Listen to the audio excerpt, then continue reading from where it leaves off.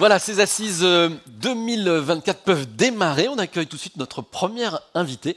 On est ravis qu'elle nous rejoigne cette année encore. C'est Laurence Vanin, philosophe. Merci d'être avec nous. Vous allez nous parler, chère Laurence, d'un enjeu majeur de la transition énergétique. C'est la question de l'acceptabilité. L'acceptabilité qui est au cœur des transformations et des territoires.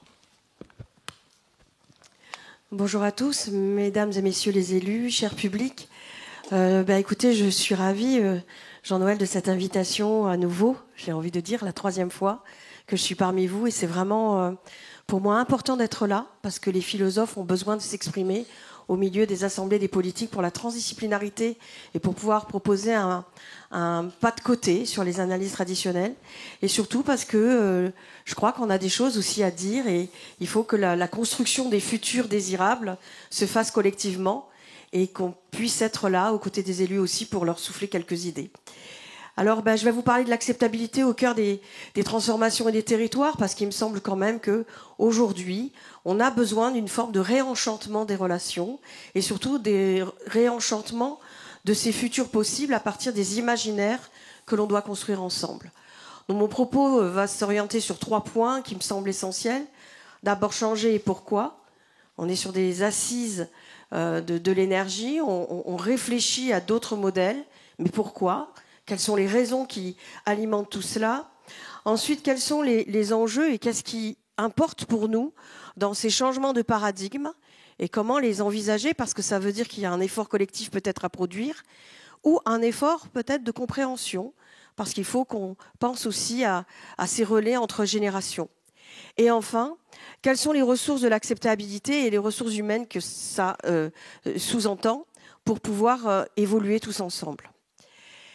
Alors pour commencer, on peut avancer peut-être, changer pourquoi. Pour commencer, on va délimiter, slide suivante, on va délimiter un premier point. Alors sans vouloir partir dans le catastrophisme, vous l'avez bien compris, nous sommes aujourd'hui à un carrefour, on va dire, dans nos réflexions, entre une anticipation sur des avenirs et en même temps la façon dont nous allons amorcer une sorte de virage. Vous avez été sensible à la présence de la création des IA. Aujourd'hui, l'intelligence artificielle, tout comme en son temps l'imprimerie a transformé les relations entre les hommes, eh bien aujourd'hui on peut dire que l'intelligence artificielle transforme un peu tout. Et cette intelligence artificielle, eh bien, crée aussi ces pollutions. C'est pour ça que c'est intéressant de comprendre comment il y a un mécanisme qui peut s'établir entre les données de l'IA qui nous informent sur ce catastrophisme, entre guillemets, de notre situation, et en même temps le sens des responsabilités qui en découlent. J'ai envie de vous dire, est-ce qu'aujourd'hui on va parler à partir d'une forme de pari un peu pascalien, d'un côté en se demandant si oui, ce catastrophisme annoncé va arriver. Il y a des climato-sceptiques, il y a des gens qui remettent en question les rapports du GIEC et qui disent non, c'est un peu gros.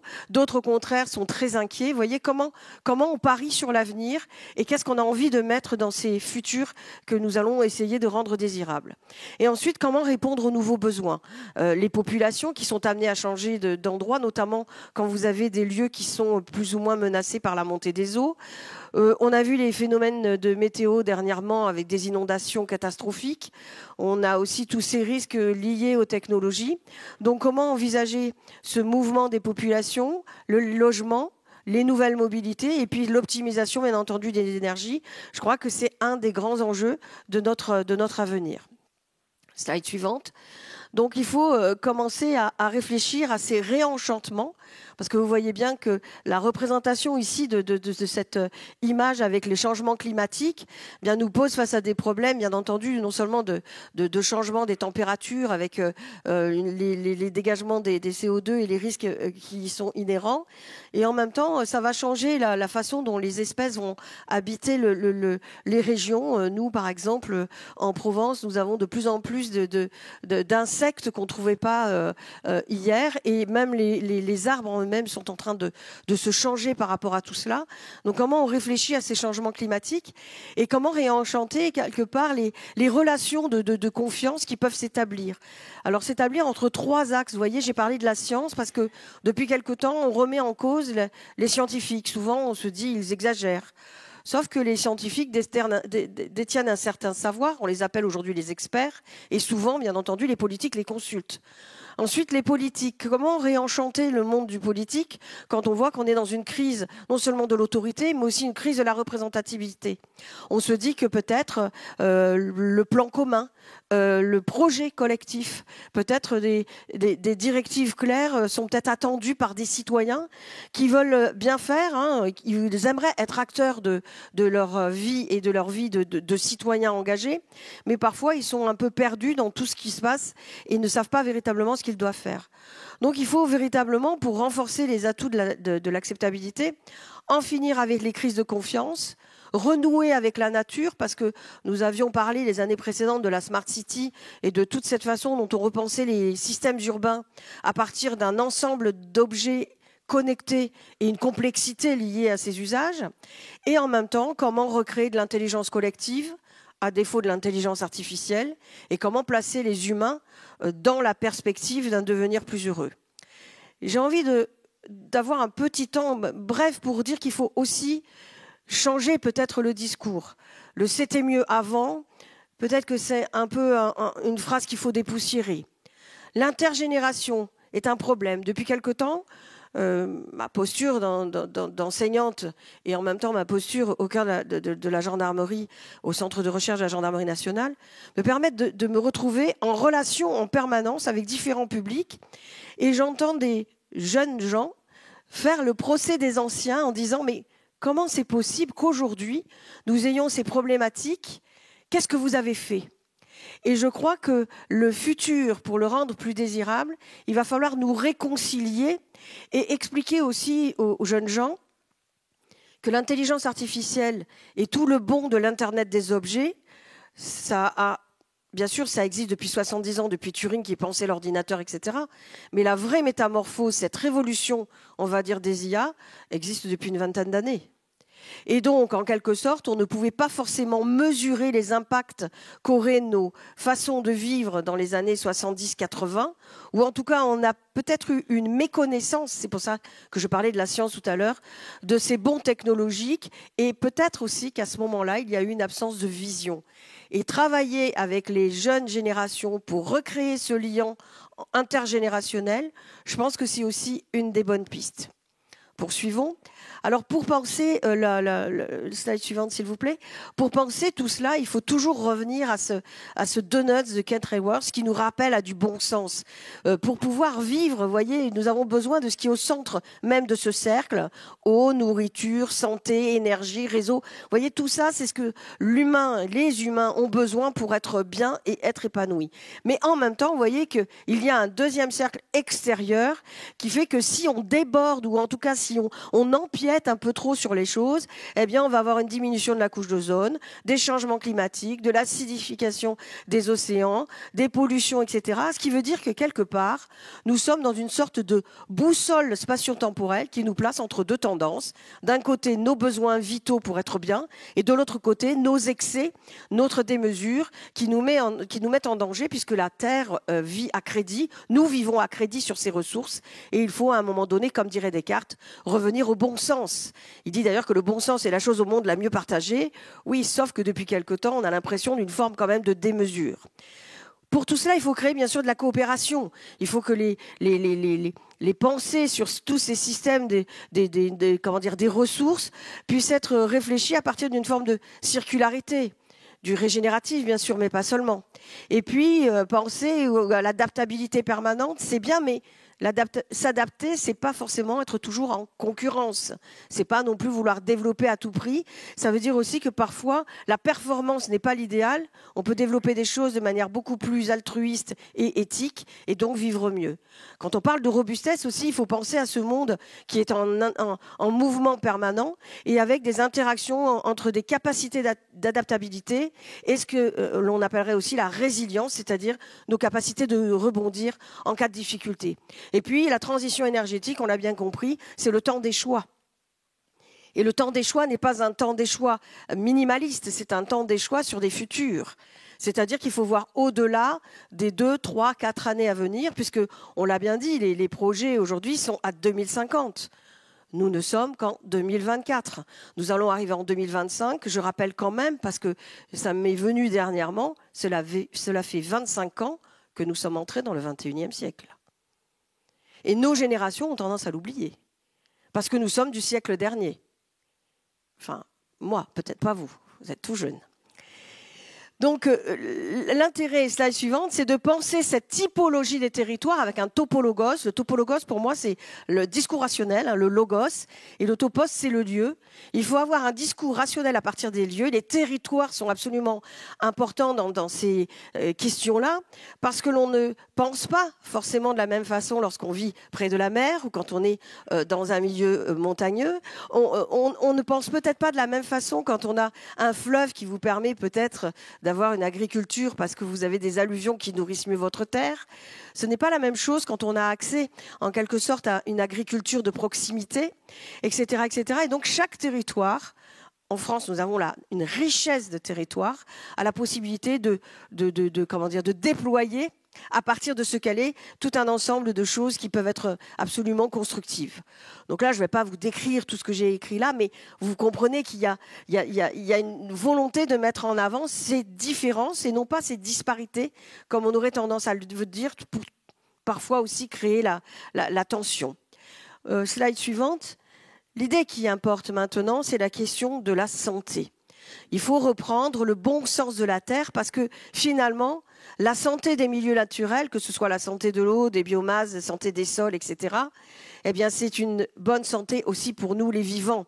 Quand je dis les vivants, j'englobe tous les vivants, pas seulement les humains, parce qu'à un moment donné, il faut nourrir non seulement les autres vivants, mais indirectement aussi notre santé sociale.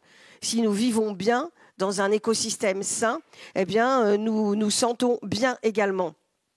Ce qui fait qu'il faut revenir à l'essentiel et recréer les imaginaires collectifs avec au centre de tout ça la bonne santé des rêveurs. Aujourd'hui, il faut aussi pouvoir imaginer des futurs, il faut pouvoir envisager le devenir, il faut réfléchir à cette terre qu'on appauvrit petit à petit et qu'il va falloir respecter davantage, parce que c'est un sujet de santé, presque de santé publique. Et comme on parle aussi de santé mentale pour le sujet de 2025, il me semble important de vivre dans un espace sain pour être dans un corps sain. On poursuit, slide suivante. Donc, deuxièmement, on va parler maintenant des enjeux et des changements de modèle. Alors, slide d'après. Il faut réapprendre, à mon sens, à habiter le monde. Nous vivons toujours sollicités, nous bougeons beaucoup, nous sommes toujours dans le transitoire du maintenant, du ici, mais en même temps toujours un peu connectés, toujours rivés un peu à nos téléphones, etc. Ce qui fait que notre attention, notre conscience en ce moment, elle est morcelée. Je ne suis pas totalement avec vous si je suis sur mon téléphone, je ne suis pas totalement avec quelqu'un si je déjeune avec lui, si j'envoie un SMS par ailleurs. C'est-à-dire que mon attention, qui normalement devrait être complète à un moment précis, elle se retrouve complètement fragmentée et c'est ce qui va amener certainement quelques souffrances. Habiter le monde, c'est aussi comprendre qu'il y a la planète d'un côté, les autres, les humains, mais pas seulement, les vivants. Et que moi, j'habite ce monde parce que ce logement, c'est la terre. C'est pas simplement ma maison. Et qu'en renouant avec une sorte de philosophie du care, c'est-à-dire du prendre soin, eh bien, nous pourrons certainement vivre mieux. Donc, innovation responsable et raisonnée, bien évidemment. Attractivité des territoires, parce qu'il ne s'agit pas d'arrêter toute évolution des technologies ou même de revenir, entre guillemets, à un c'était mieux avant, que j'ai déjà banni, mais plutôt d'envisager nos futurs, et nos futurs avec une forme de résilience collective qui nous permette de vivre mieux. Alors, il faut repenser quelque chose d'important, c'est la question du temps. Le temps de la Terre, un temps géologique, n'est pas le temps des hommes.